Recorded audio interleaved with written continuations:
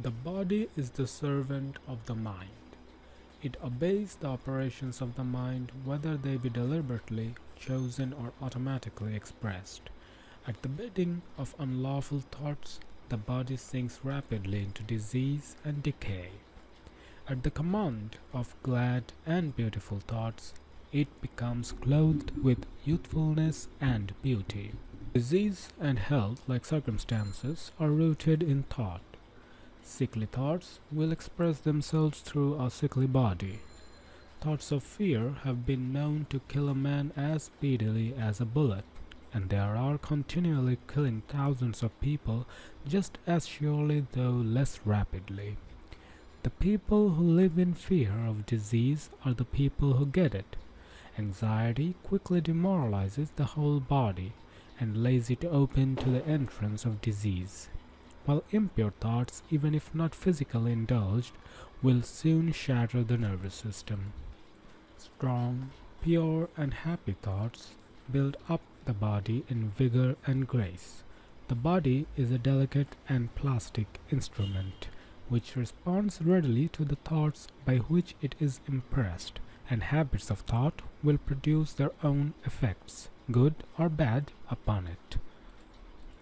Men will continue to have impure and poisoned blood so long as they propagate unclean thoughts.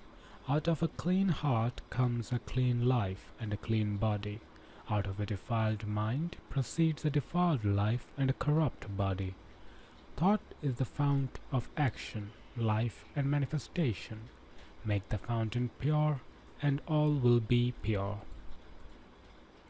Change of diet will not help a man who will not change his thoughts. When a man makes his thoughts pure, he no longer desires impure food. Clean thoughts make clean habits. The so-called saint who does not wash his body is not a saint. He who has strengthened and purified his thoughts does not need to consider the malevolent microbe.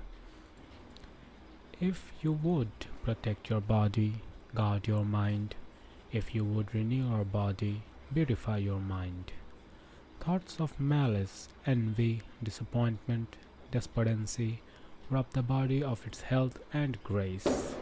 A sour face does not come by chance, it is made by sour thoughts. Wrinkles that mar are drawn by folly, passion, and pride. I know a woman of 96 who has the bright, innocent face of a girl. I know a man well under middle age whose face is drawn into inharmonious contours.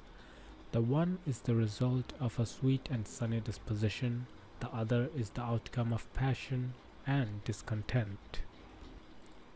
As you cannot have a sweet and wholesome abode unless you admit the air and sunshine freely into your rooms, so a strong body and a bright, happy, or serene countenance can only result from the free admittance into the mind of thoughts of joy and goodwill and serenity.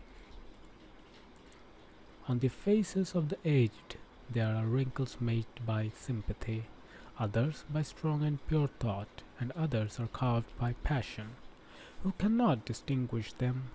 With those who have lived righteously, age is calm and peaceful and softly mellowed, like the setting sun.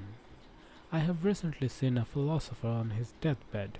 He was not old except in years. He died as sweetly and peacefully as he had lived. There is no physician like cheerful thought for dissipating the ills of the body. There is no comforter to compare with goodwill for dispersing the shadows of grief and sorrow. To live continually in thoughts of ill will, cynicism, suspicion, and envy is to be confined in a self-made prison hole. But to think well of all, to be cheerful with all, to patiently learn to find the good in all, such unselfish thoughts are the very portals of heaven. And to dwell day by day in thoughts of peace towards every creature will bring abounding peace to their possessor.